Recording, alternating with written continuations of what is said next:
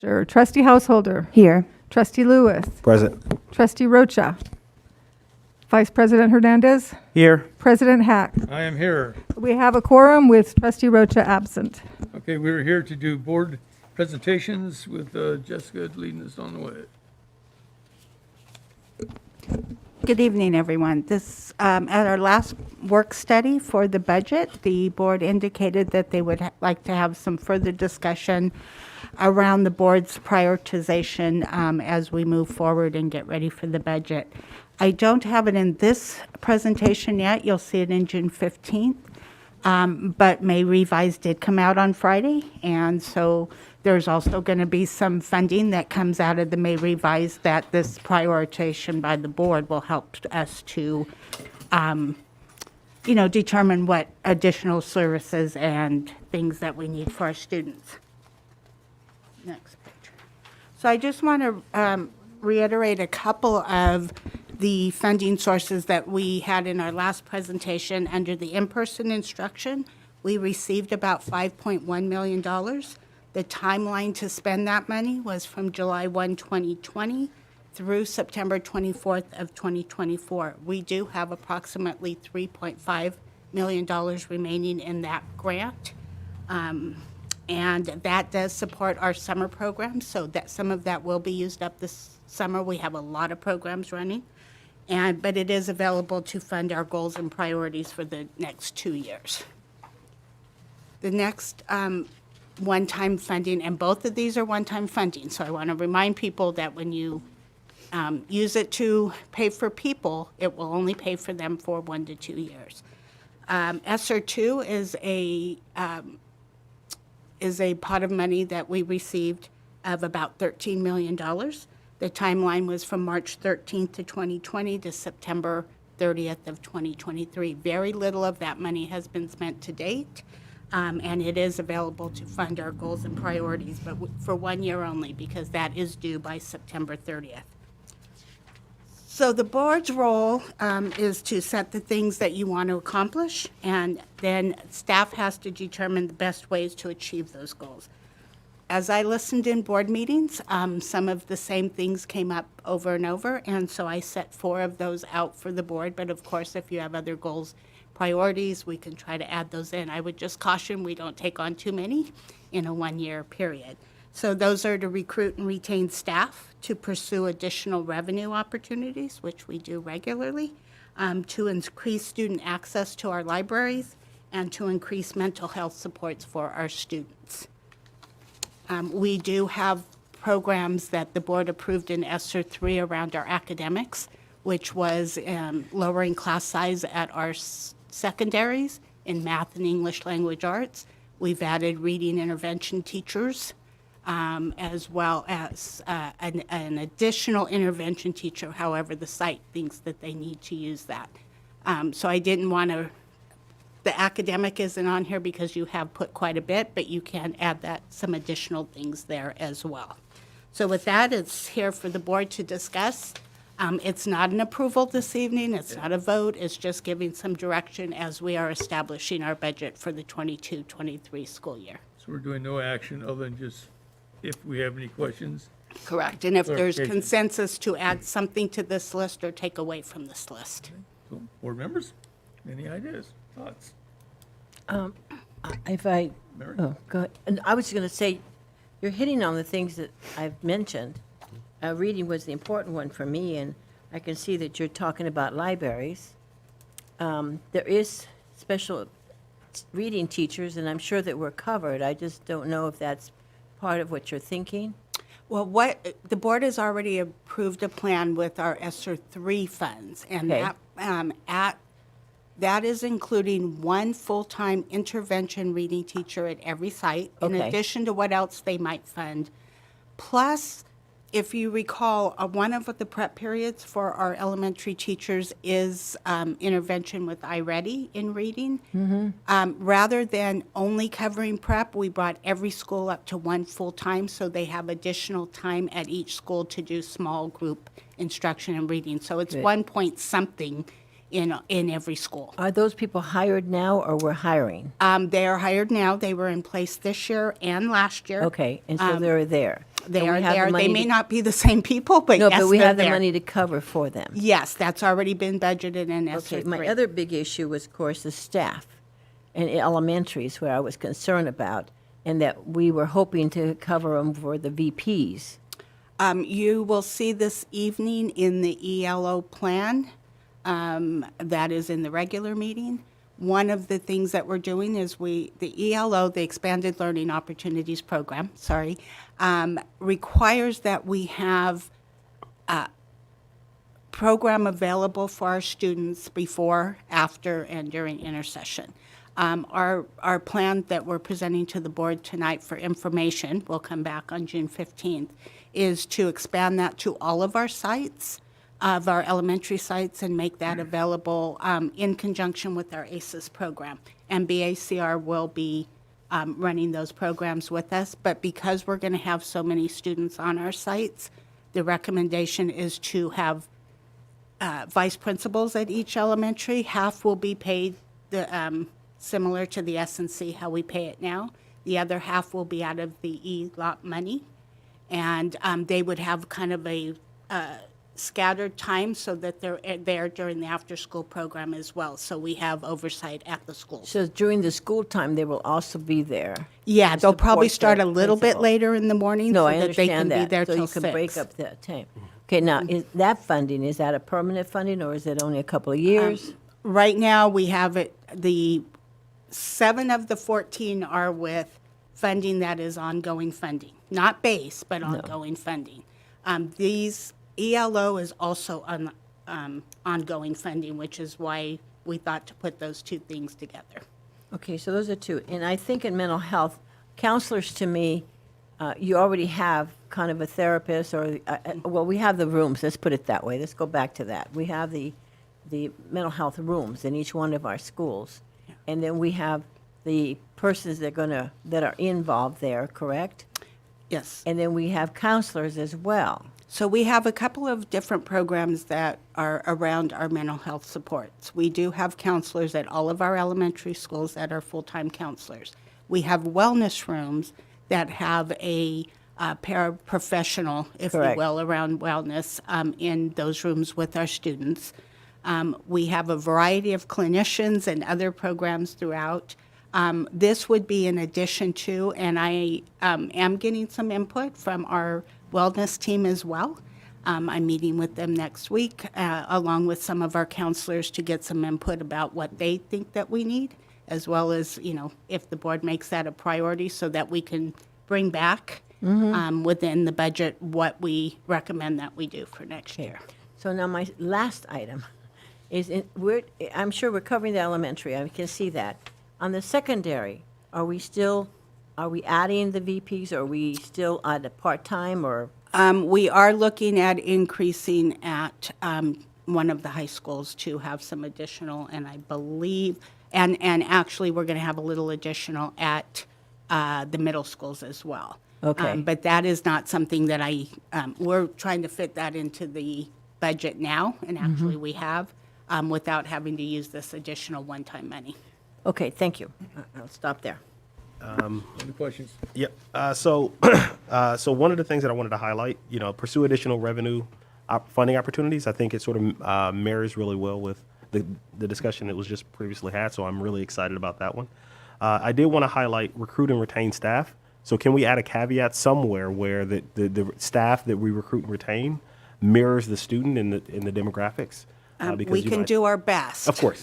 But again, I will tell you that the teacher pool does not mirror it. Of And course. so to the extent that we can, I absolutely agree with you. because, and again, this is not a knock on any teacher whatsoever. But again, there are shared conversations that happen and things that where we all benefit.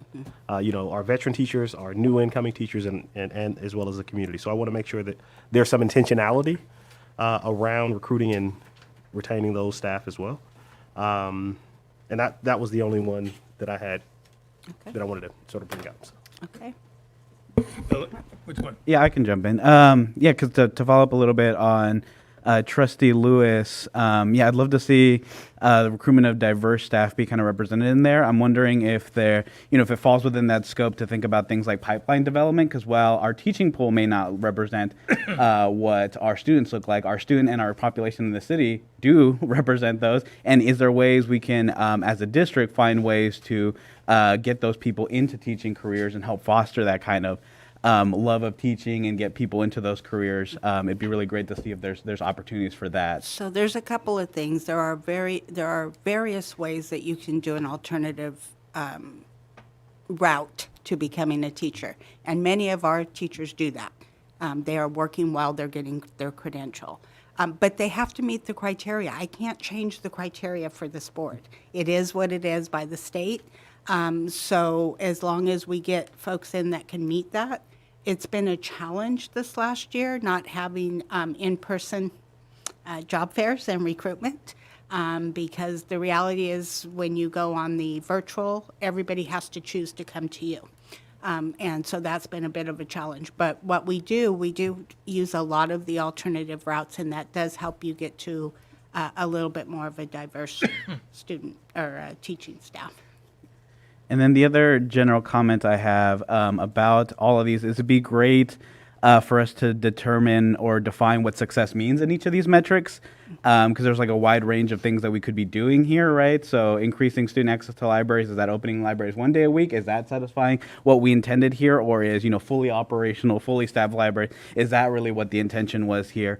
And I don't think I have too much of strong feelings of where that success measure is developed from, whether it's something that staff kind of gives us to kind of give us a benchmark, or whether it's something that we discuss. But I think it is important that we have some kind of benchmark of what we're trying to head towards and what success looks like, so that when we review these things, we can determine how good of a job we did and what kind of things we can be looking at to maybe improve some of the ways that we're approaching our priorities. But I want to remind the board again that the what is what you guys do, and then if we come back with how we plan to do that. If that's not something that meets the board's wishes, then you let us know that. But once I know what the priorities are, then I can tell you how we can do that within the rules that we have and within the financial resources that we have. So you're talking the difference between what and the how. Absolutely. Okay, so we tell you the what. Yes, You that's figure what out- these are aimed at, is But if you you tell figure me out the you how. want, yeah, correct, and then we can tell you how we can do that and what it will cost to Do do. we still have intern programs for teachers who We do not have absolutely, credentials? yes, we have, actually, we go a couple of routes. We have short-term permits here, which allow applicants to be able to teach while they're looking at different programs.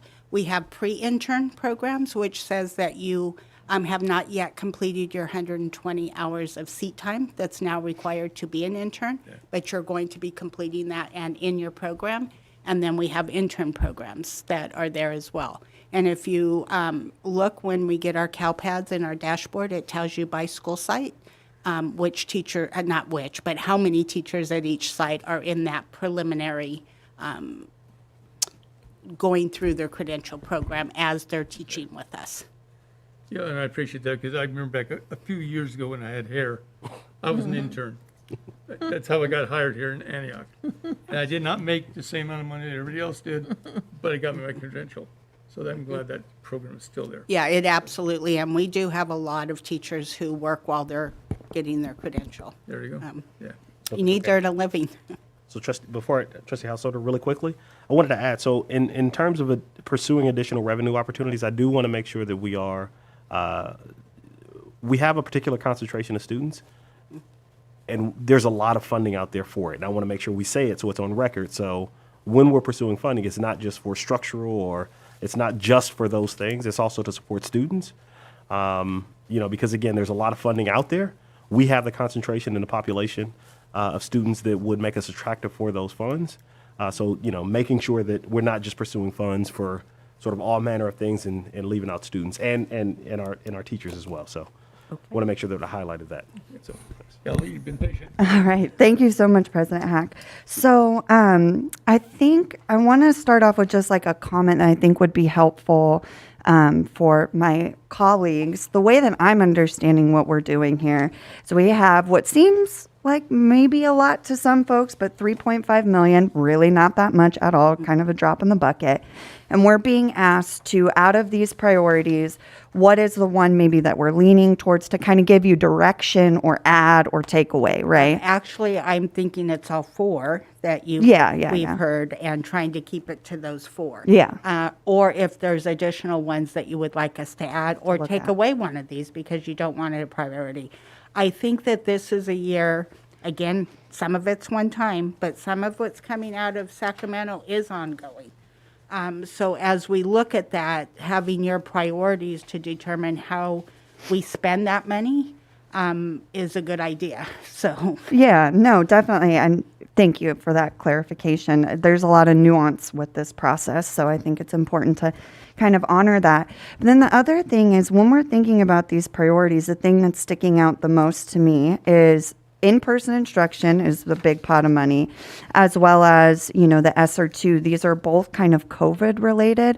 So I think for me personally, it's helpful to think about, okay, well, in that legislative intent of this being for to try to get kids kind of out of the pandemic and hopefully back up to where they were pre-pandemic, to help with that slide, that, the thing that most gets at that, which is what did our students lose from COVID, is personally what I think. It should be the thing, like if we had to choose one thing, that should be kind of the kind of metric we use to decide and to prioritize.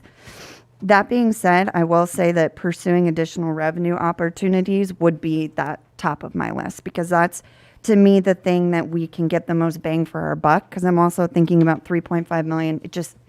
It really isn't that much. Another thing with the recruit and retaining staff, the thing that I think of is that this has been an issue for AUSD and the state of California for longer than I've even been on this board. And I just feel like the money, however, much is left after we actually fund all the other things that we said we were going to fund. I fear that it's not going to be enough to give that kind of effort its due diligence, and would probably hurt us more, because what's spending $5,000 on recruiting and retaining staff? Now on paper, it looks like we recruit and retain staff, and yet we can't keep Black folks in the district. Like, it's not, I want to make sure we're setting ourselves up as a board and also our district up for success when we are spending money. So, it's just my personal opinion, pursuing additional revenues. And then as well, the mental health supports. I mean, we have so many great stories that we've heard about the amount of slots, but that they get filled up. And, obviously we're getting grants and all sorts of different things, but I'm thinking about that matrix. Look, we already have models that work at our elementary schools, our middle schools. Why don't we just fill out so every school has a check mark in that matrix of what mental health supports they have? So to me, those two, pursuing additional resources, if nothing else, that would be the thing that I would want to do. Let's get somebody for a year, 2 years, whatever it takes, to specifically look at targeting, certain grants and other funding opportunities. But then secondarily, let's just not recreate the wheel and add to that matrix that we already have, and try to just help some of those schools who, their waiting list is full for their telehealth.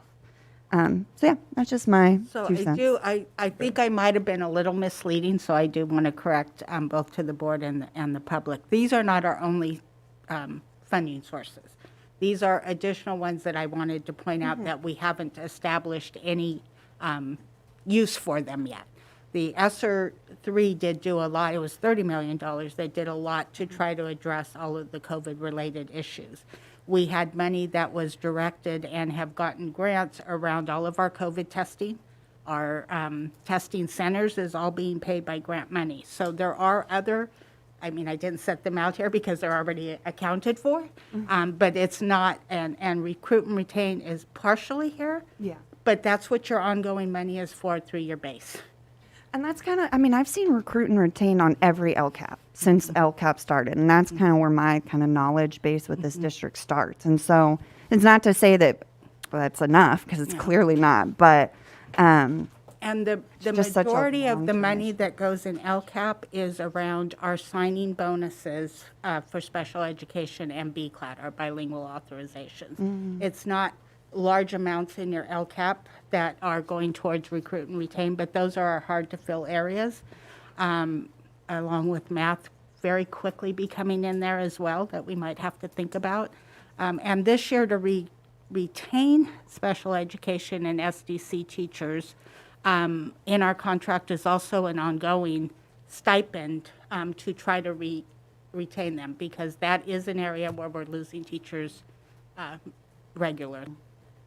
Okay. Thank you for that clarification. Sure. Okay, can we go back to, we were telling you the what we want, and you're gonna figure out how to tell us.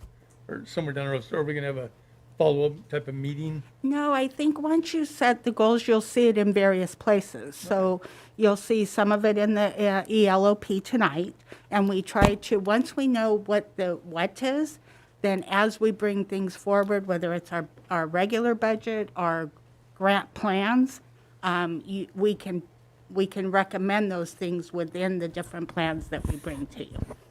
If it was something like a grant writer, and I'm not saying we're going to do that, you would see that in the form of a job description. So a couple things. So one, when these items are brought before the board, what would be really helpful is if, as we're going along, if we can identify which of these goals that program or activity or whatever it aligns with. So that way, it'll help us to say, okay, well, we're thinking about this through the lens of increasing student access to libraries. And then, this is the conversation. This is the subsequent conversation. And then secondarily, how long are we going to hold these goals? This is the annual thing we're going to revisit, or is this something that we're going to visit every 5 years, Yeah. as a board? I think that that's an important conversation, because then it gives us not a benchmark, but it gives us a sort of a plan to address whatever our goals are, and then we can measure our success And therein I as think well. the board's goals is something that you guys have worked or are working on in your governance. This is kind of in addition to that, specifically around the money that is coming to AUSD recently, right? Yes, you can change them all the time, except once you've spent them. Obviously, you can't go back, or we've hired people. So if we end up hiring, and both classified and certificated, once you hire them, is a layoff process. I would never recommend bringing people in that are potentially leaving another job to have to turn around and lay them off in a year or two. It's just not a great way to treat people. Yeah. No, I agree with that. And I guess my statement was more in line with what Trustee Hernandez was saying earlier around success. Because again, it's not for bragging rights, but again, in order for us to say, okay, well, we're making progress towards these 4 identified goals, we should also say we have 2 years to complete these goals, and this is the path, and this is what we're going to do between these periods of time. And then if, after whatever 2 years, if those goals aren't met, we can then revisit, either keep them, refocus them or whatever. So that's, Absolutely. yeah, so. Any other questions, thoughts, reactions? I just have a question. So in terms of what's next, how are we going to kind of see this kind of come back to us? Do you think you'll kind of put a little kind of footnote when we do get our budget, or when we do actually make actual decisions about these things, of you saying, we discuss this in our budget priority? Because I just want to make sure that I'm like checking back with this. So there's a couple of ways. There is no way from the direction we're giving tonight that for June 15th, by the budget's already almost finalized, that we're going to be able to do what those expenses are. Because we are getting, you're giving us the what, but we're getting some input on the how from a variety of staff. You'll see that in a couple ways. We can do updates and Friday letters as to how we're moving. As I mentioned, if it's going to be bringing a position here, you will see that it's probably going to be a new job description. So you'll see that in the form of a job description, and I can make sure that I tell you that's what it's related to. In plans, if we were to change one of our plans, that comes before the board. All of them, or almost all of them, ESER 2 didn't require a plan. I don't know why. It's the only one that did not require a board-approved plan. So that's why I'm getting your direction. So if we are going to update and say that, let's say that and again, this is just an example, the wellness rooms weren't successful, then we would bring it back and recommend that we don't do that another year, but we maybe spend the money elsewhere. They are successful, so I want to make sure that's clear. They are working really well in the schools that have them up and running. Yeah. So Well, yeah, thank you. Good. That's helpful. Okay, so it's an ongoing process. It's an ongoing process. And It's the just next part the of the start. process is we get their budget for next year. Yes, on Then June we, deal 15th, with you that. will see the budget for 22-23. It will include many of the May revise, like the new COLA, the augmentation of grades plan. It will not include the one-time monies, because that is not agreed by all three, the House, the Senate, and the governor right now. But everything that I feel has been approved by everybody, and they seem to be in agreement, that will be in the original budget on June 15th. And then on June 29th, when we approve the budget, any changes that we need to make will be in there. There will be a 45-day revise, no doubt, because there is going to be a lot of changes. There is, a significant amount of money up at the state level that will go to education, and how it comes to us will not be known yet. Okay. Everybody okay with it? All right, that's part A. We got two more parts in closed session. And we got half hour or so. It's not closed session. Not closed session, I'm sorry, wrong word. Study session. Study session, jeez. I apologize. But you're absolutely correct, it is not closed session. It's just confusing me, Where am I? The mouth doesn't work all the time right away. We have our recognitions, and that would start with Ms. Ibarra with our District Teachers of the Year. All right. So I think you all are aware that every year Antioch, along with all other districts in the county, participate in the County Teacher of the Year recognition program. And this year, we, along with leadership with the Antioch Education Association, we wanted to do something different to honor our teachers because the times are certainly unique. When we were first, and I'll just read out, I know it's in the description, but the criteria, this is the county's criteria.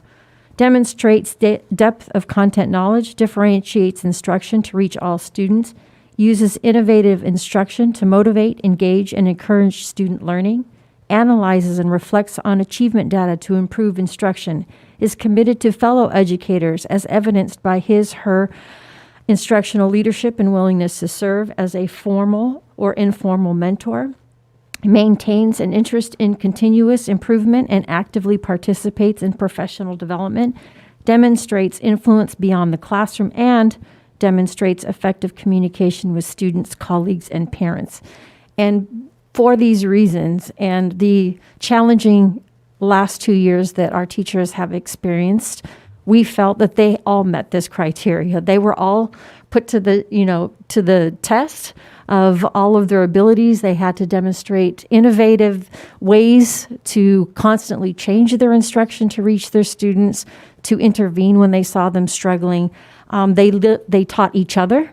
It was, I think, a unique time in that sometimes we're proud and we don't want to ask for help, but we were desperate and needed to ask, our colleagues and each other for help. And so for that reason, it was our choice to honor all of the educators in our district. And we shared that with our county.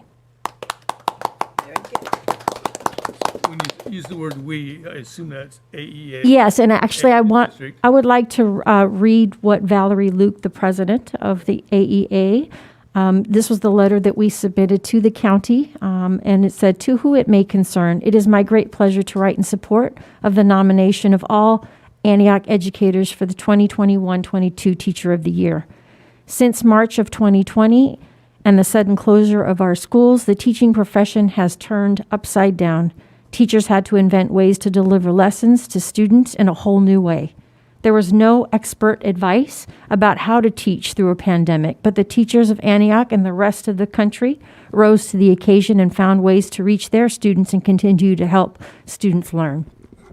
After a full year of distance learning, In August of 2021, our school doors reopened and we welcomed students back on campus. This year would be a challenge in ways that we could not imagine. Students and adults returned to campus with scars from the trauma of the pandemic. It was critically important that the social and emotional struggle that students had gone through was addressed in order to create a welcoming environment for learning. Once again, our teachers rose to the occasion. In a year of so much adversity, it is only right to recognize the hard work of all of the teachers in Antioch. The successes of these last 2 years would not have been possible if teachers had not worked together and supported one another. From Valerie Luke. So I just wanted to share that. So we Right. need, go ahead.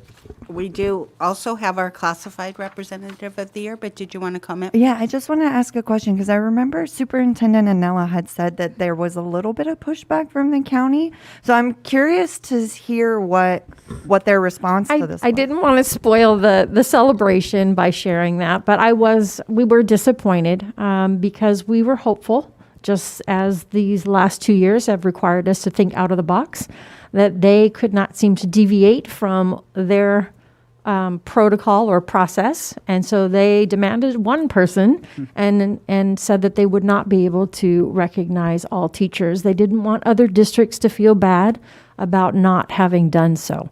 And so I know it was not a response I was hoping for, but I know that there are many people at the county that do recognize the good work here. I think there's just this one particular department or area that had a difficult time going beyond. Well, we celebrate our teachers. Yes, and we I want to make sure that they know that. Thank you, and I wanted to share with you. So what we did, we printed a certificate for every single certificated employee in our district. It was like almost 800, and they were delivered to their site. So they each received one. Yes. You, Fantastic. that was great. Great idea. And I commend the whole team that made that decision because I think that is unique. And I think it's just funny how other districts are, elevated when they do something innovative. A little disappointing that we're not, but I just think it goes to show we are super unique in AUSD. And I know our superintendent always says our people is what makes us different. And I believe that. So great idea to cabinet and everybody. They used the word unique twice. I'll do it a third time. Okay. No, it is. Absolutely. I think it's the way that you should represent the award this year especially. Any other comments? Well, nobody can tell AUSD how to celebrate AUSD. So great job. Oh, I like that. I'm going to write that down. All right. Then we got a third area. Okay, we also have here this evening with us our classified representative of the year, Liz Kane. Liz joined AUSD as an instructional assistant at Mission Elementary School on July 28, 1997, nearly 25 years ago. Yes, Liz has spent her entire AUSD career at Mission Elementary. The staff at Mission says that she is an integral part of the makeup of Mission School. She deserves every accolade imaginable for all that she does for the staff, the students, and the families. On top of being the world's best instructional assistant, working with all ages of students from small groups to one-on-one, she assists with all subject matters that you can imagine. She supports the administration and teachers by making their lives easier and organized. She supports the students by mentoring kindness, responsibility, and shows them how to follow rules and policies. She supports the site by being part of all events and projects, including GATE, School Site Council, Red Ribbon Week, LPAC testing, student study teams, and much, much more. Liz has been a valued team member here at AUSD. We're elated for Liz as she has announced her retirement from this June. She will surely be missed, not only by Mission, but by all of us here at AUSD. She is the best of the best. She is a model employee and a treasured friend to many. Thank you, Liz. Thank you for being the highly respected role model. We wish you much deserved relaxation, fun, and happiness wherever your journey takes you. Thank you.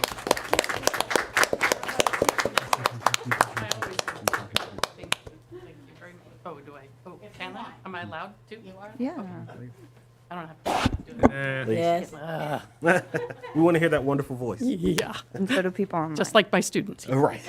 I just wanted to say what an honor it is to represent the classified members of Antioch Unified School District. I know I'm just one of many, and that there are many who could be standing in my place. I just happen to have a great staff that I have worked with for a long time who I love dearly and will miss. But I started out with Donna Topping, if any of you know her. Oh, yeah. So I've been doing this a long time, and to be at the same school for so long has been just a real joy. So I just want to thank my principal, Mindy, who has always been so supportive, and all the previous principals and teachers at Mission School. I've appreciated working with students that I'm trusted enough to be able to work with students and to help wherever I can. Thank you.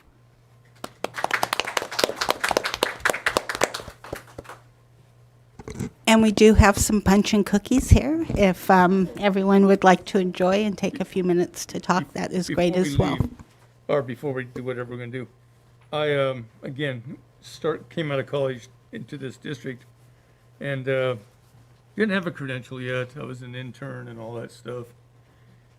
But I learned very quickly who ran the place. Classified employees, office staff, aides, the librarian, and help me with the custodian, who runs the world, and it hasn't changed. I think they have the literal keys to the kingdom. There you go. So thank you for all these years you've been helping us. Great.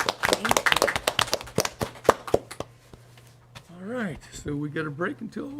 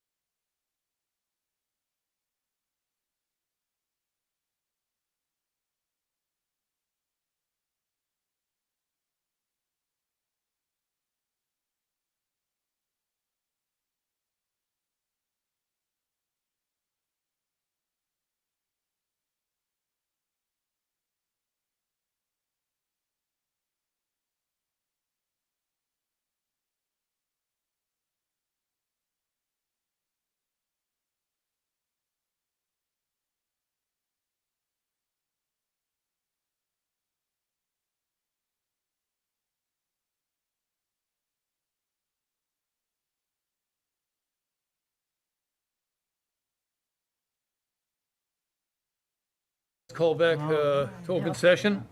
Kelly, would you reestablish the quorum, please? Yes, trustee Householder, Here. trustee Lewis, Present. trustee Rocha, Here. Vice President Hernandez, Here. President Hack. I'm here. We have a quorum. Mary, would you lead us in the Sure. flag salute? Please stand on your heart. I pledge allegiance to the flag of the United States of America and to the republic for which it stands, one nation, under God, indivisible, with liberty and justice for all.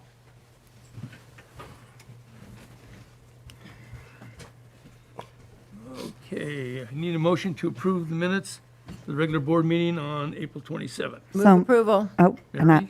and I'll second. And a second. Marion? Okay, we're done. Motion and second. All in favor, say aye. Aye. Opposed? Okay, we'll go to the superintendent's report. And Jessica, you're going to be doing that. Yes, this evening on behalf of Superintendent Anello, I'd like to read her statement. Good evening. I regret I am unable to be with you this evening. However, like many of you, the horrific and heart-wrenching tragedy that occurred yesterday at an elementary school in Texas, wherein 19 children and 2 adults were senselessly murdered, is laying sorrowfully and painfully on my heart. As a community and as a nation, we must never normalize violence in any form, especially when it involves our children. Otherwise, we risk becoming pernicious and complicit in such heinous acts. Rather, we must commit ourselves to all forms of nonviolence and to the idea that we are all our brother's keeper, every day, in every situation.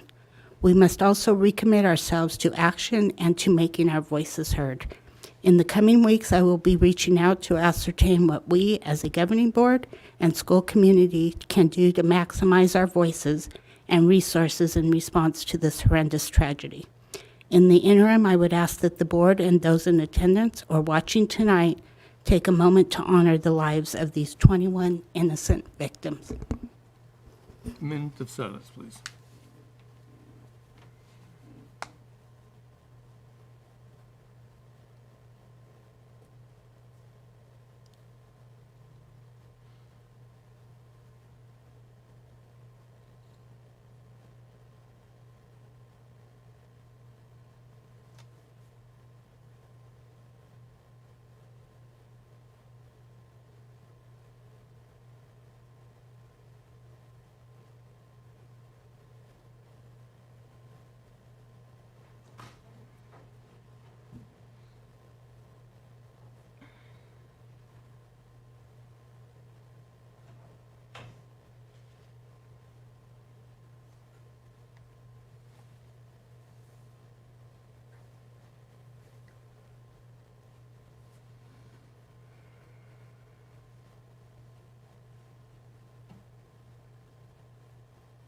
Thank you. Amen. School reports. School report from Carmen Dragon Elementary School. Christine. So I believe we have the correct version of it this evening. This came to us a couple weeks ago, and we had the version without audio. So we are queued up with the audio version, and this is Carmen Dragon and their presentation of their wellness room. Good evening, board members, Superintendent Anello, district staff, and Antioch community members. My name is Mark Haymauer. I'm the principal of Carmen Dragon Elementary School. I've been given the honor to present the work our school has done in creating a wellness room on our campus. So the wellness room is really a space for students to calm down and de-stress. It gives them a space to talk to an adult if they'd like to and learn emotional regulation and help to identify their feelings. It gives them a break if they're feeling overwhelmed, and also gives the teachers a space for students if they're identifying students that are having a bad day or are doing more of a proactive preventative measure if they're seeing that students may be under stress. The different issues that we address are anger, frustration, anxiety, stress, fear and worry, hypersensitivity, and extreme emotions. It is important to know what a wellness room is not. It is not an area for punishment or consequence for behaviors. So if a student is misbehaving, that is not what the wellness room is for. The wellness room is for students to recognize that they need a break or for teachers to recognize that a student would perform much better if they took a break to regulate their emotions. Some important information about the wellness room and what makes it work.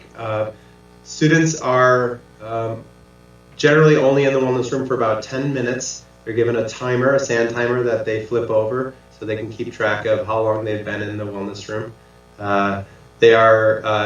We do feel it is important that they're not out of class for a long amount of time. If we feel like the student does need more time, our counselor then communicates with the teacher. If students are regularly using the wellness room, that triggers a care team referral, and our care team meets once a week to discuss students and student needs, whether it's academic or attendance or behavioral or social emotional. So that would trigger a meeting in which we would discuss if we need to provide additional supports for that student, whether it's a social group or maybe it's a meeting with the parent or an SST.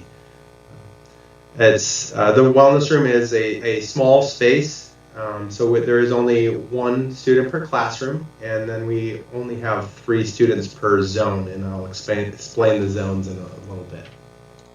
Students are trained and informed about the wellness room through tours. Every classroom is given a tour of the wellness room at the start of the year and actually after our big winter break as a reminder.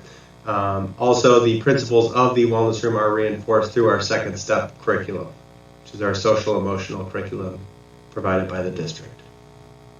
Just walking you through the steps of what it would look like. The students will knock on the door, and then there's a short Google form in which they fill out, and that's how we track our data of who's coming and for what reasons.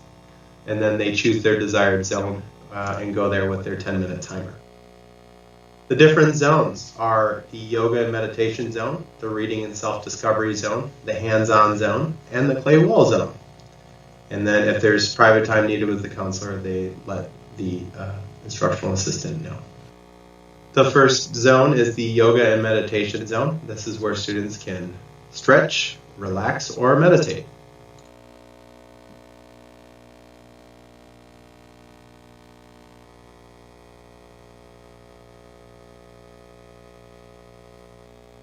The next zone, which are partitioned off in the different areas, is the reading and self-discovery zone. As you can see, there's chairs and nice little lamps and plants and different books the students can read on social emotional learning.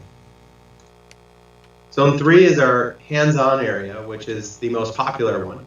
And we have stress balls, visual timers, a Lego wall where they can put Legos on the wall. There's a sandbox for sensory and different sensory items in there as well.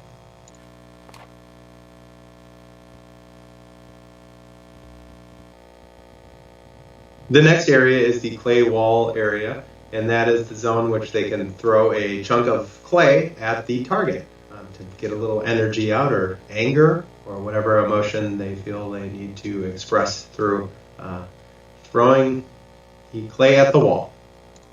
After the students are finished in their zone and their timer has gone up, they check out and then they return back to class.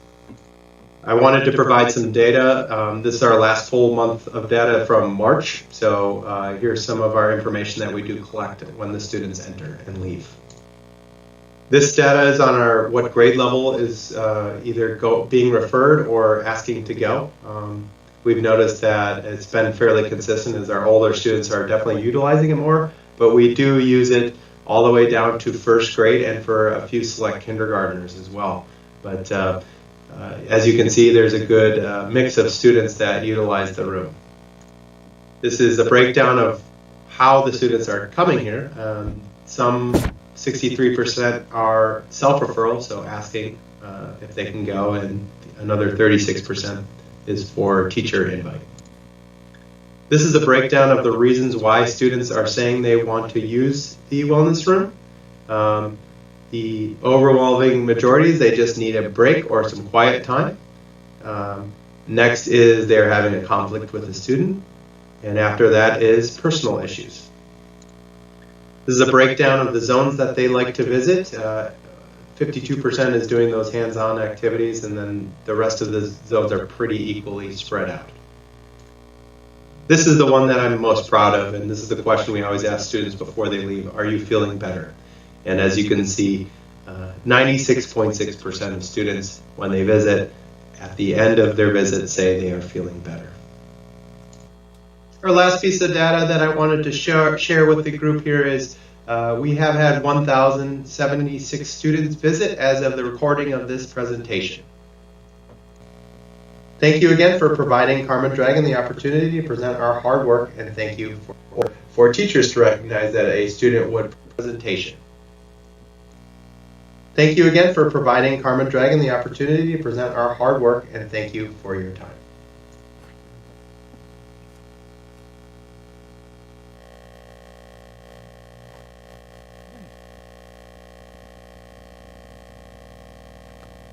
So we go forward into public comments. From the public, I have 2 cards.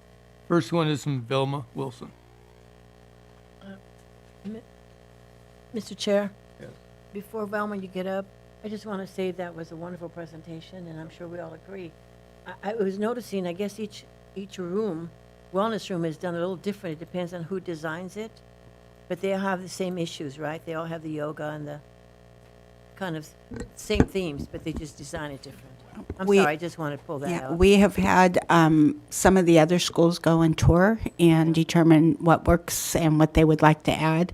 And then we're in the process for all of the schools. They are ordering their supplies, and they will be in the classrooms by the start of school. Good, thank you. Just wanted to say that. Any other comments on the presentation? Great. Okay. So we'll go to public comments. Velma, please.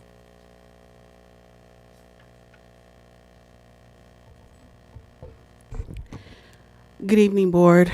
It's been feel like a minute that I've been here.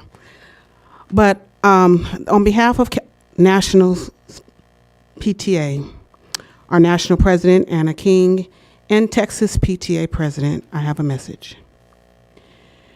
We are disgusted that 19 children and teachers and educators were killed at an elementary school, yet again from gun violence. These precious lives were senselessly taken before they even had a chance to reach their full potential. Allowing these incidents to continue is unacceptable. We demand Congress to immediately adopt measures that ensure our children are protected from harm. It's past time to take action to protect the lives of our children and families. Our school districts, you as legislators and policymakers, must make a difference and stop the status quo. Now, that again was on behalf of our national PTA president, Anna King, and Texas PTA president, Susie Kinnan. A couple of events that's coming up. Memorial Day is on Monday. We will have a student speaker. We have 2 of our student speakers. One is a 6th grader from Park Middle School, and the other one is an elementary student from Mission. Please come out and hear our student speeches on Memorial Day as they reflect and they represent their peers. They need you more now than ever, more than you think. They need you now. And that will be at Oakview Memorial Cemetery on Monday, 10 a.m., promptly at 10 a.m. So you are all invited. As the year is coming to a close, Our Girls Rock, King's Rule, a program that I started that is a girls empowerment and boys empowerment program. The program is currently at Dallas Ranch Middle School, Black Diamond, and a portion is at Deer Valley High. The theme for this year has been creating your brand. Kids have been engaging and learning what it means to create their brand. We've also added additional subtopics. Last week, their subtopic was creating your brand, career planning with a smile. Next week will be creating your brand, welcome to the summer. As kids will engage in an ice cream social fest, they will create an ice cream sundae in the reflection of their brand. You all are invited to attend and participate and engage with our students. Thank you.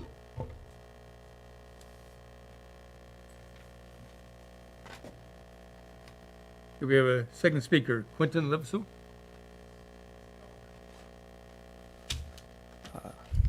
Good evening, board members. My name is Quentin Levesque, and today I would like to talk with you about a very real opportunity that we have before us, a chance to provide all of our students with equitable civic learning opportunities, a chance to give a voice to students and by extension to families that have been voiceless for generations.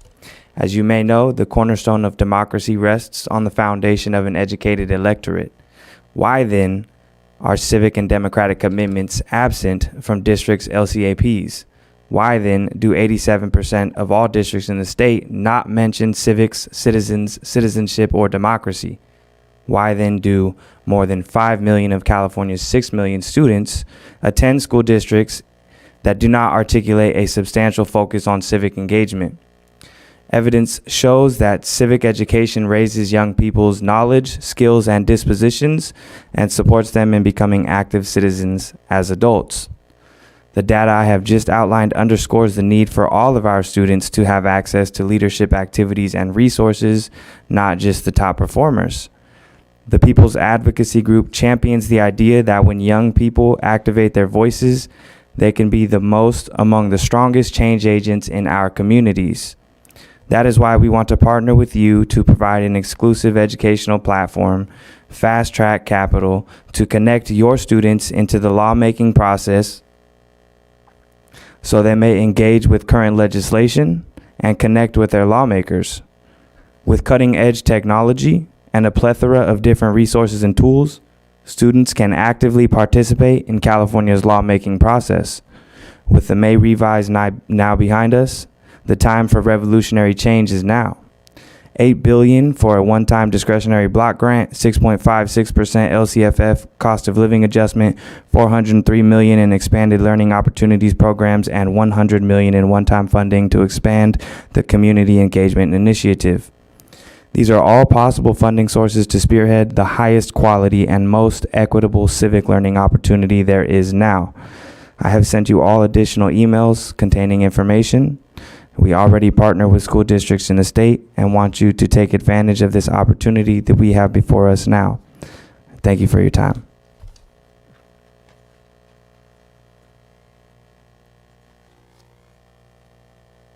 Okay, we have no more public comments. 7B is district employees. We have no cards at all. Okay, so let's skip over to Section 8, district reports. We have one. That's Jessica, and is for information only. As a requirement of the passage of Measure B and Measure C, general obligation bonds, an annual report of the CBOC, Citizens Bond Oversight Committee, must be presented to the board by June 1st. This evening, we have Velma Wilson, the chairman of the committee, here to report to the board on our Measure B and C.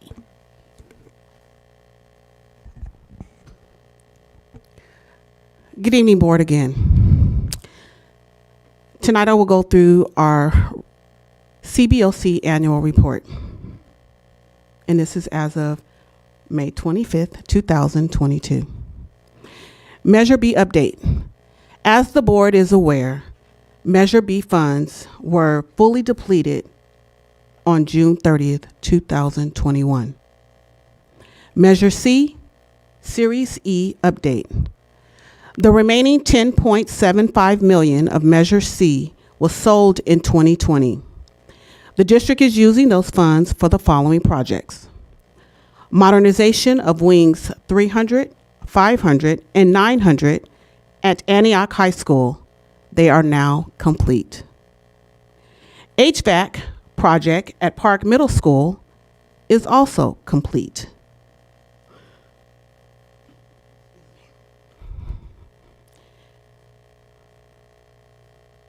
The notice of completion, will be filed next month. Roofing project at John Muir Elementary School, the start date is June 6th. This is a summer project with a 60-day duration. Roofing project at Kimball Elementary School, the start date is also June 6th with a 60-day duration. The HVAC project at Antioch Middle School, the start date is also on June 6th with a 100-day duration. All 3 projects are planned for summer break when students and staff are not on campus. Current vacancies in the Citizens Bond Oversight Committee. There are currently 2 vacancies in the committee. We're looking for a member at large and a senior citizen representative. I'm going to actually put in a clip here and say shout out to Kay Power for her years of service, and I believe her years of service almost equate to approximately 15 years of giving her time, talent, and effort on this committee. Kay will now be, her term ends as of this school year, June 30th. She has served 3 consecutive terms and is no longer eligible to renew her term. She fills the position of member of a taxpayer organization. So you in the listening audience or online, if you are a member of a taxpayer organization, we need you to be a part of the Citizens Bond Oversight Committee. The district is actively working to fill these positions as soon as possible. So once again, if you're looking for more information, feel free to go to antiochschools.net and you can find that information on the website. Thank you so much. I am Velma Wilson, Chair of the Board of the Citizens Bond Oversight Committee. Thank you. We go on to hearings, and we have none. Public presentations, we have none. Consent items A through R. Does anyone want to pull one of those for discussion? No, I would make a motion to adopt as is. A second. And a second. All in favor, say aye. Aye. Aye. Opposed? It passes easily. I can find where I am going next. 12. There it is, action items. Services agreement with First T Contra Costa as an action item. Christine. As you can see, this is of no cost to the district. This is just a new vendor, and so that will provide service for the school district middle school's PE program. So we just asked the board to approve this service agreement with First T. I'll move approval to adopt the service agreement with First T Contra Costa. Second. Mary's a second. All in favor, say aye. Aye. Opposed? Passes. We go to B. Service agreement with Monique Lane Education Consulting. Christine also. Yes. So we asked the board this evening to approve the service agreement with Monique Lane. She is a consultant that we will be, we hope to have as our keynote address when we return to school at our first staff development day on August 2nd. And her focus, she is a social justice educator and is very inspirational in her work. And we would love to kick off conversations around social justice and ways in which we can inspire our teachers and students and have being aware and having equity within our classrooms. And so we ask the board to approve this agreement. Good. So, Move approval. and I'll second, and I just want to ask a question after that, if that's okay, President Hack? Sure. Okay. So my only question is just, because we have heard some things with PD days. So is there anything different that we're going to do for the this next school year in terms of just tracking how folks, because staff development days kind of, I feel like fits into PD, because I would just like to see, from the outset how folks are liking, Yes, we will certainly collect some data on that in terms of an evaluation. This is a new format. We feel our Ed Service Department got together and feel passionately about teachers feeling disconnected. We've lived in virtual training for quite some time now, and bringing everybody together as a community, as an educational community.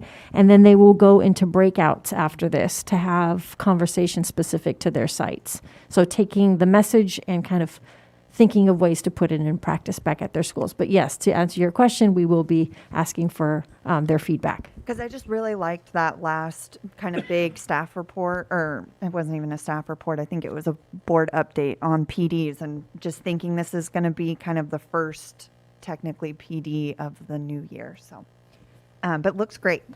Okay, so That's why I seconded the motion. we have a motion by Mary, second by Ellie. Yes. All in favor, say aye. Aye. Opposed? Passes 5-0.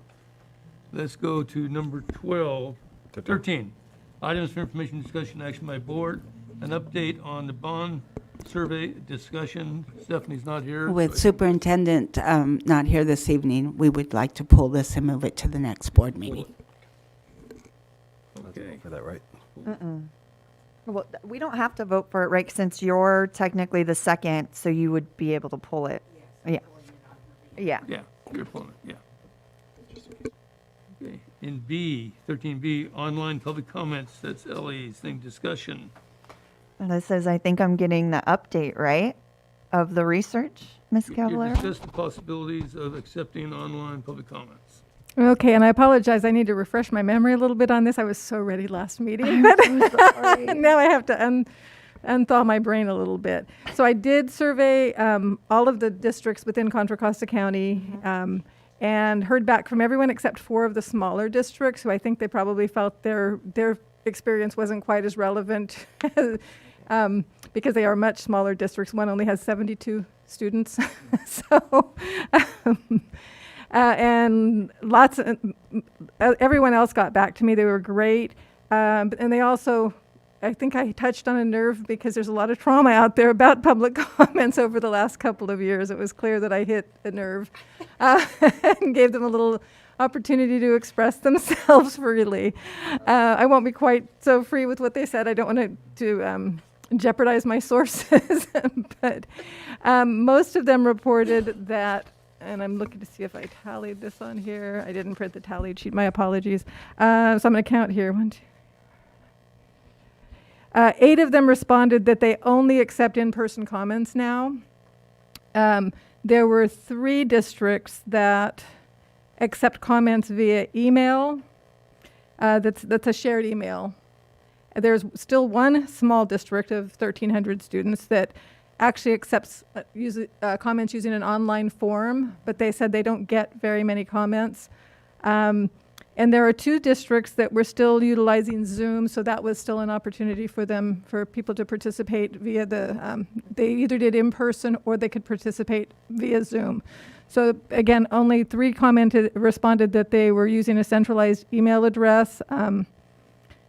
And yeah, most people were very glad to go back to in-person comments. Well, thank you for that. So it seems like it's kind of mixed, but mostly folks seem to have just stuck with the in-person. And so I guess it's just really in our court then if we want to take online comments. I mean, I would love to restart the conversation of the single email because I really believed in that when I had brought that up last year. And I think it would just be a way that would kind of cut through any additional work for staff, but that's just my preference to give folks a different way to be able to participate. And I think especially given everything that's gone on, even just in the last, 24 hours, I'm sure folks would like to be able to contact us all at once without it being a Brown Act violation for them or for us. So we have a couple different options. Just keep the in-person. We can just keep the in-person simplest, but I think it definitely kind of cuts down on the feedback that we're able to hear. Looks like we could go back to our online form. I know that we had heard that there was some kind of cumbersomeness with getting everything together, or we can just kind of bring up that single email conversation again, which we did have some conversation about that in the past, and it just never really went anywhere. So I just want to caution the board that what's on here is discussion, so if you want to bring Oh, that of back, course. it would have to come back for action at a future meeting. yeah, thank you for that clarification. Yeah, but or it can just go nowhere. We can just not bring anything back. That's fine too. My response, I guess, is, to me, public comments or face-to-face. Okay, and that's where I am at. I know that when we were not meeting in a central location, we could not have that scenario. And you know how many hours we spent in Kelly and the other ladies spent and read. If we're just going to do the email, I still think you need to have it read. We need to hear it. I'm not comfortable with just getting our own email and maybe interpreting it differently. I still think it needs to be in how we're wanting to define it as a public venue. It would still be in the minutes. It would have to be. If we took it as a email, then it would be, and then we approve the minutes. So that's just one way I think it could. Yeah, okay, I'm not disagreeing with what you're saying, Ellie, but if people send us an email or whatever, and it's not shared in the public, then we don't know what other people are saying. We do, perhaps, but the public doesn't. The reason we have public comments is so the public has the opportunity to hear what the public is thinking. And if we bypass that, we've lost that priority. Yeah. Well, also, there's and technically government code does not say that the public comments are for the public. They actually are for us to help us in our decision making. But I don't disagree with the sentiment of like, what's the point if we're the only ones hearing it?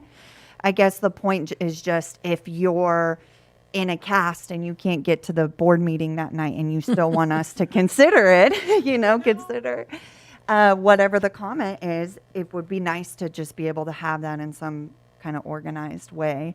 And also just for context, if it's helpful, city council, we get emails, they get emails, city council members, and they're just sent to them on the city council meeting day. And it's just for their consideration. It's not printed out for the public at all. And then it's included in the meeting minutes, which is like kind of the public's way of engaging. And I understand the different ways of going about it. But if you're going to send something to all the board members and it's the same message, so 5, it's a public. I get a lot of emails at home. Individuals send me emails, individuals send you guys emails. And I don't have a clue what's sent to you. And that's appropriate. But if you're sending an email to all 5 board members through the district, then that needs to be public. That's all I'm thinking.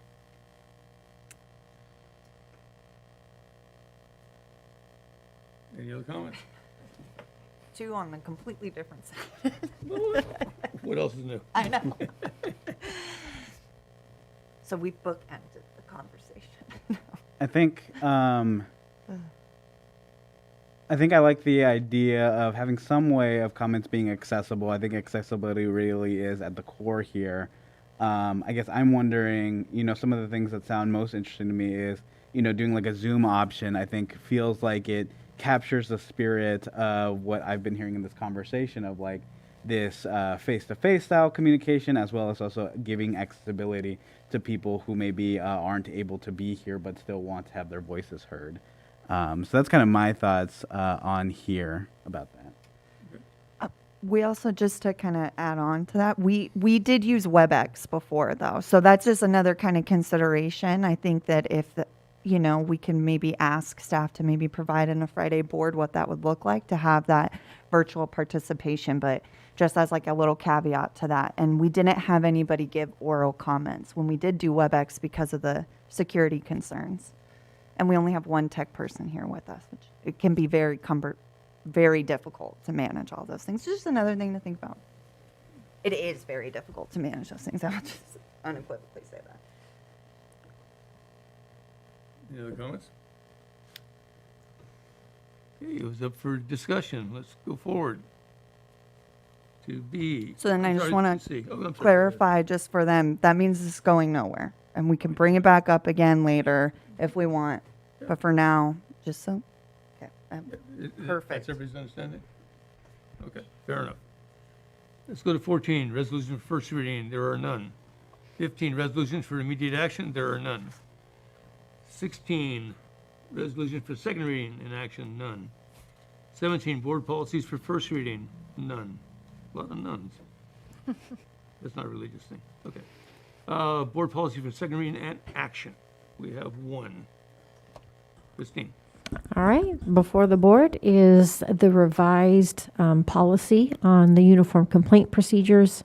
It reflects the new law of the Assembly Bill 131, and it's focused on sexual harassment. And so this came before you last time for a first read, and this is here for your approval. And I can make the motion even though I wasn't here for the first read because I read it. Okay, then I'll make a motion to approve. I'll second. We have a motion and a second. All in favor, say aye. Aye. Opposed? Passes 5-0. We go on to 19, information items for general information, the ELOP plan. And I have conflicting there, Christine. It says, one it says discussion, and the other one is information only. This is for information and discussion. It will be brought back to the board on June 15th for adoption. Okay, so it's both. It's both. And Ms. Ibarra and I are going to team this one and do a little bit of both. So, Joe. And I mentioned earlier the after-school expanded learning opportunities, I shouldn't say after-school because it's before and after, is a large part of what's coming out in the budget this year. And the money that we've put in front of you this evening is what was known prior to Friday and the May revise. Right now, it's expected by the May revise to almost double, if not more. So I do think that there will be additional money that comes out of this. So the ELO program was intended for before school, after school, summer, or intersession learning. And its focus is on developing the academic, social, and emotional and physical needs of our students. The plan must be adopted by the Board of Education. That's why it's here before you for information and discussion.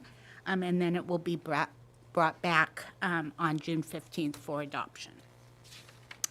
Ms. Ibarra will take over this next part. So in the plan that is attached to this item, it spells out what we plan to do in these areas.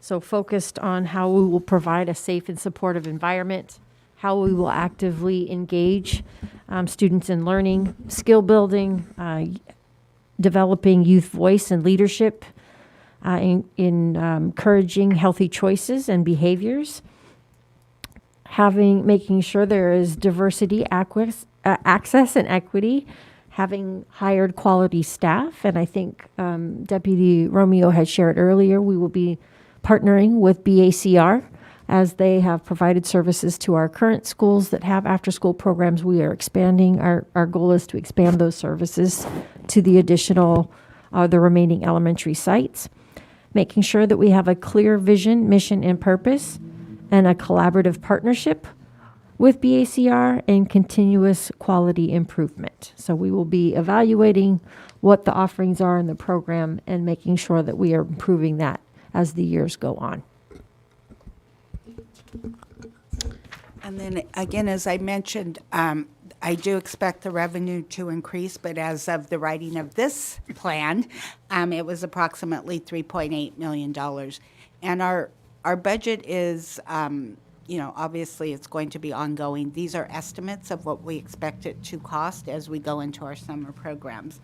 The ELOP funding can be combined with our ACES grant, and we are doing that at the schools where we have that funding available. For our regular year with BACR to expand to all of our schools, we anticipate about $2.1 million to expand that to all of our schools, and there will be some expansion to students as well. The goal of the ELOP, not necessarily this next year, but ultimately is to have it available to all students that would qualify that do want to go through the program. About $174,000 is earmarked for summer school for this year, as well as what I mentioned earlier, the administrative support to make sure that we do have a district employee administrator on our sites as we grow the number of students that are going to be present. So that's currently how the funds would be spent for this year based on what we knew before the May revise.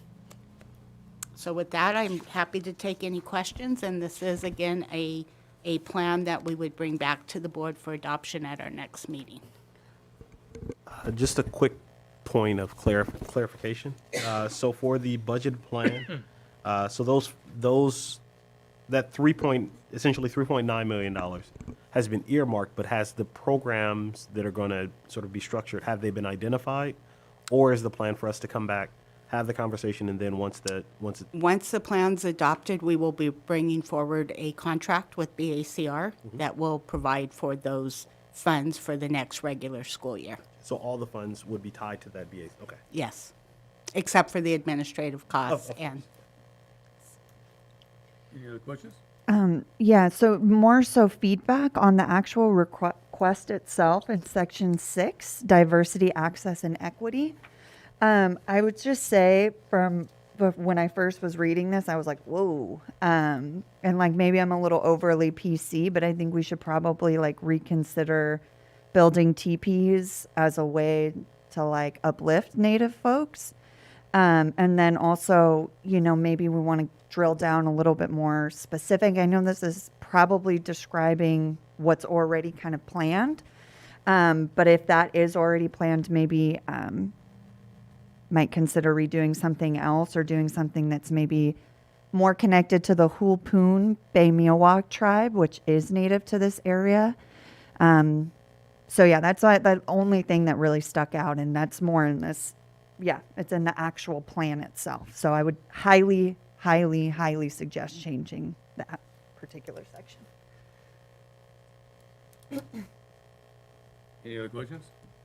Yeah, just one question. 'Cause I know this plan targets our elementary schools.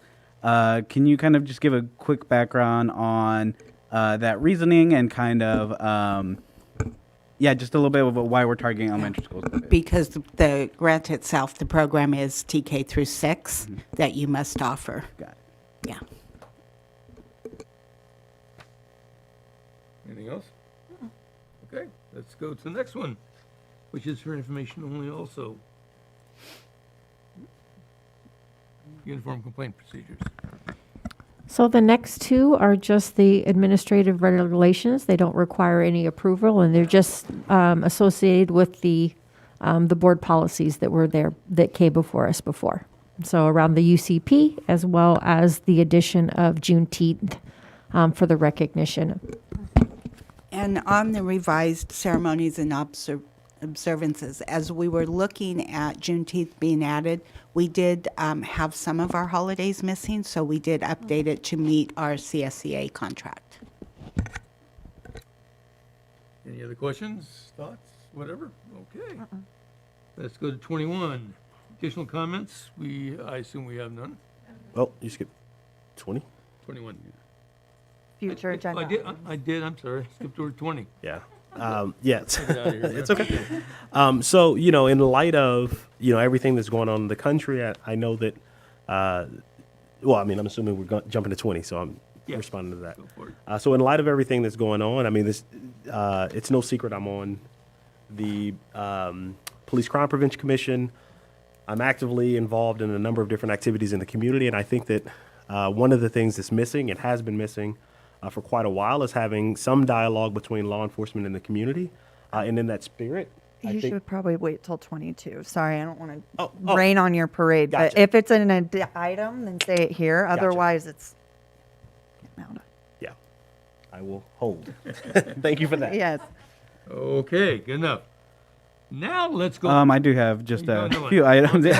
Wasn't sure. Yeah. On 20. Go Got for yes it. on 20. Future items that I'd like to see sooner would be our student board member policy that I've sent in, and looking to see what needs to be taken for next steps on that, and then some future steps on our trauma and grief committee, especially given events that are continuing to happen. It'd be great to get some movement forward on that. Actually, so I do have something for this one. I was getting to it. It just took me a roundabout way to get there. I would like to invite, if it's the will of the board, the new chief of police, Dr. Ford, to our next meeting. As we move into summer, I think that it serves as a wonderful opportunity for us to hear from him around what community engagement looks like, what's his vision for community engagement, and if there's ways for the school board to get involved. So Superintendent Anello and him are already going to be meeting, so I'm assuming she's going to bring that back to us. Yeah, Okay. just because I watched the press conference today, and he said he was going to meet with the superintendent, so, Okay. Okay. So we go in different directions then. There we go. sorry. No. Just real. All right. What number are we on now? Editing 21. 21. Technically. 21, there's no additional comments, so we go to 22. Reports and comments from the board members. I would say that our committee meeting is being canceled until June. Yeah. And that is where we were going to understand from the city and school the transportation issues and the crossing guards. So we have to wait on that. That's not being, we don't have that information. The second thing that I might say is that I did go to my delegate assembly in Sacramento. A lot of talk about the revise, a lot of talk about busing. It's really interesting about what we gave up a long time ago. They're now trying to push back, but how in the heck are we going to get the buses and where are we going to get the drivers? Number one. Number two, a lot on the arts. Making it, the whole delegation was, stop giving us rules, stop giving us all these rules and we have to follow. Just give us the freedom to do what we want to do. But at the same time, the arts is a categorical and it would be required of how to spend it. So it's also something that you have to watch when you vote, when you approve that in your own districts. And there was still more talk, and I'll see what else I can bring back to you. But I think those two were, to me, were the really highlights of and of course, we're always talking about trying to reduce CalSTRS and all that, because that's a natural. The other thing I just want to say is a happy thing is my son, Louis, had a great opportunity to have a going away at the school, at the quad, and he had a great time. A lot of his students came back, a lot of his kids that he went to school with, and so he's now ready to walk off, and he's about to do that in the middle of June, in the sense that he will allow the new principal to take over, and he'll move back his office so that the other one, so that John can take over in his place. And that's about it. I probably have other things, but I'll just leave it at that. I'll also say something that Louis enjoyed his retirement dinner. Oh, at the yeah, restaurant, that too. dinner was wonderful, too. Yeah, it was good. And I have to say personally, my husband has this picture of him as a little boy. I couldn't stop him from sharing it. There he is, he's a proud father, but it's embarrassing to Louis. I'm sad I missed that. Okay, I have a couple of things on this area too. I have talked to a few of the board members, and historically, the president of the board does the graduation speeches for those high school or whatever that do diplomas and speeches. And I've talked to some of the board members. I haven't talked to you, or maybe I have. I don't know. Anyway, my schedule says that Antioch High, Mary will be doing the speech. At Doja Libby would be Antonio. At Deer Valley would be Clyde. And LEU Prospects. Then we got two other schools, Live Oak and Bidwell. Anybody want to do a double shot? You. I'm just asking anybody wants that. I'll have to double check the dates, but I'm always happy to do it, as long as it works for my. Same with me. Which one are you going to do? Me? No, I'm talking about the chair. I don't Which need to ones do are any you of them. doing? Well, wait a minute. We're all taking one. You should at least take one. Fine, I'll take either one. We'll come back next time, but okay. No, that's fine. I'll take Live Oak. And then we need one for Bidwell. Yeah. So if somebody wants to do that, that's cool. If not, We I'll can do check both of them. schedules. Yeah, okay, fair enough. The other one is that Kelly wants to send out a list to you, email to you, about what ceremonies and what graduation But we can't. you can go to. Because a lot of these are middle school and there's no speeches and that kind of stuff. So it's covered, let's put it that way, fairly soon, okay? Yeah, I've got my list already. So, Kelly, did you want to have a list of what we're going? Which ones we're picking? Yes, want- I'll send you just something that you can tell me yes, no, no, Okay, whatever. gotcha. And then I'll compile it all so then we can maybe review it to determine if there's gaps, if anyone needs to switch, anything like that. So there's no Okay. surprises. Yeah, I have mine written. I like it. And the third one real quickly is be out and about. If you're keeping records, probably like the next 2 meetings before into June, to share, with the rest of the board through the Tony or Kelly. Send it to us. All right, anybody else have any comments? I know you've got your book. Yeah, so I can go next. Just have a quick book to share today. The Day You Begin by Jacqueline Woodson. It's a really great book. I would highly suggest checking it out. And I'll make sure this makes our way into our AUSD libraries.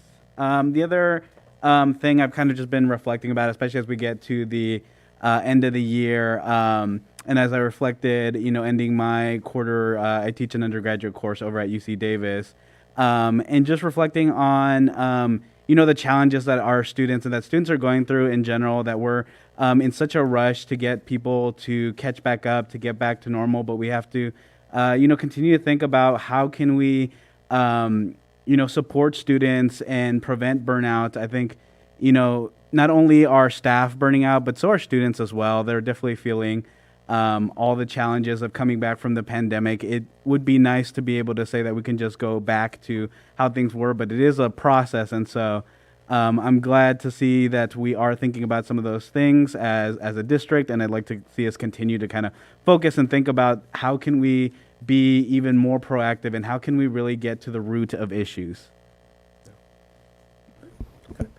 So I would like to begin by saying happy AAPI Heritage Month.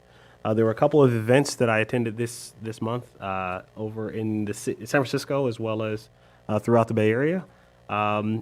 Additionally, I attended some events over at Dallas Ranch Middle, where I believe it was a women's empowerment activity. It was really well done, as well as the it's the Kingmakers Conference, King's Conference. There we go. And I was one of the panelists. That was a very inspiring opportunity. That program is doing some amazing things, and some of the young men have reached out to me since that event, and we've had conversations, we've had follow-up. So that was really good. I also want to highlight the retirement dinner for the classified and certificated staff. That was, I think it was last week. All my days are running, bleeding together. Had a really good time. So some of the board members were there. Other people had prior commitments, but that was a really, really good chance to see and share a moment with our teachers and classified staff. There was a couple more, but my brain is peanut butter at this point, so we will stop there. Send us an email. Yeah, I know. Send an email. And I'm sorry for interrupting you earlier too. I just, I'm stickler for notes, meeting minutes. But, all I wanted to say, no reports, just some comments that, these last couple weeks have been extremely difficult. And this last, 24 hours with what happened in at Robb Elementary School in Uvalde, Texas. And whether it's that or, women's rights being dismantled, whether it's, it's been a very difficult couple of weeks. And so I kind of just wanted to send my love to everybody in the district, sincerely thank the leadership as well as, everybody from the cabinet to, folks at the school sites. I can't even imagine what it was like to have to welcome the kids and their parents to school today. And so just kind of wanted to honor everybody's pain, suffering, and grief. And just know, I don't want to speak for my board, but I can almost, guess with 100% certainty that a lot of us lost sleep last night and will probably continue to have years of our life shaved off because of this, because, it is a great weight on my heart that I take very seriously, this job that we have up here. And so, I'm very thankful to be a part of this community. We are AUSD, but, this just goes to show that these types of things aren't, unique to a certain area. This is a uniquely American problem. And so, I hope that folks just hug their loved ones and their families extra tight tonight, and just sending everybody my love and healing spirit, and hope that we can get through these next couple weeks, hopefully a little bit easier than these last couple ones were. Any further comments? Okay, let's go on to our future meetings, June 15th and June 22nd. Do I have a motion to adjourn? Adjourn in honor. I was going to make the motion to adjourn in honor of Robb Elementary and that, I don't even know, travesty, you know. I mean, there's so many words that I could use to describe it, but that reality is what, you know, I think sits best with me. So if it's the will of the board, I'd like to make a motion to adjourn in honor of Robb Elementary and the realities therein. Do you want 4 seconds? 4 seconds? Yeah. I'll second it too. 4 seconds. 4 seconds. You, and me. 4. All in favor, say aye. Aye. Opposed? We are adjourned in memory of.